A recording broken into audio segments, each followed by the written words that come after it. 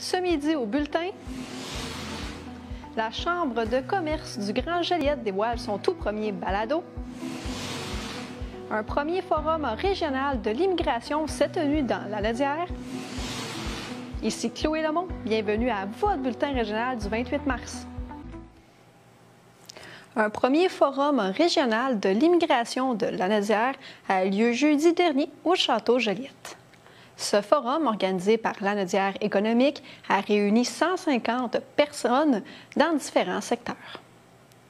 Visant à répondre aux besoins des MRC, entreprises, organismes et intervenants communautaires et institutionnels, ce forum a tenu compte des différentes réalités territoriales, nord et sud de la Lanaudière, et servait à répondre aux enjeux de la société tels que le vivre ensemble, l'attraction, l'établissement durable, les milieux inclusifs, recrutement de la main-d'œuvre immigrante, logement, transport et plusieurs autres. Plusieurs ateliers ont eu lieu lors de cette journée. La journée s'est d'ailleurs terminée avec des témoignages des parcours et défis de personnes issues de l'immigration. Parmi les panélistes, on retrouvait Nicolas Framery, président de la Lanaudière économique, Isida Idir, directrice de Aminat, et Darly Pierre-Louis, conseillère municipale de la municipalité de Mascouche, entre autres. En fait, c'est une fierté d'avoir organisé la première édition du Forum régional de l'immigration de la Lanaudière.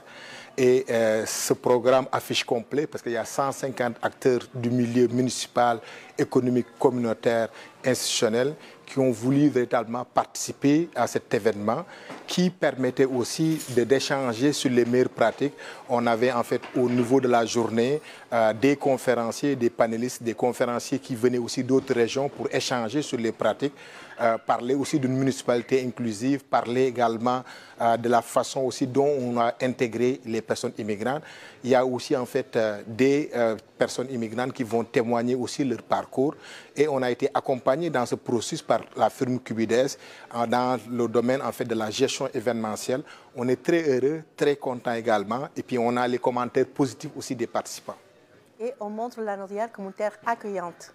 On montre l'intérêt des entreprises de plus en plus qui ont besoin de la main-d'œuvre immigrante qualifiée. On sait très bien que les Français, c'est un enjeu important.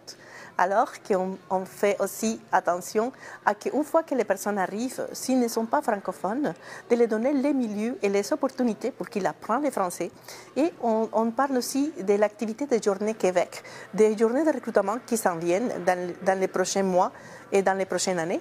Alors, on invite les gens de partout dans le monde aussi à commencer à se préparer pour appliquer et postuler pour venir comme travailleur étranger temporaire ou bien comme résident permanent. On fait un appel spécial à les personnes qui ont participé au programme Vacances-Travail, les PVTistes. On est à la recherche des PVTistes qui veulent venir travailler ici. C'est une région qui est riche en tourisme, de bels endroits. On a déjà des PVTistes qui se sont inscrits et ont trouvé sa place. Même le président du CA de la Lanaudière économique était un PVTiste au début. Alors, c'est de belles histoires de réussite. Et si on a des personnes qui nous écoutent, qui sont des PVTistes ou qui connaissent un PVTiste, faites-nous savoir votre intérêt pour venir à la région de la Lanaudière. Contactez-nous, la Lanaudière économique. Je dois ajouter aussi que la tenue de cet événement est le résultat d'une action concertée au niveau de la table régionale des enjeux locaux liés à l'immigration qui regroupe à peu près 25 membres également de différents secteurs. Et nous, on a été financés dans ce processus par le ministère de l'immigration parce que la Lanaudière économique a en fait un mandat régional également et l'organisme pivot. Et c'est le ministère de l'immigration qui nous a accompagnés également dans ce processus. Et on est très fiers aussi de cette collaboration pour aussi l'intérêt de nos travailleurs, pour l'intérêt aussi en fait de notre belle région. On est dans un contexte de compétitivité, de concurrence, parce que la pénurie de main-d'œuvre touche tous les secteurs d'activité, toutes les régions du Québec.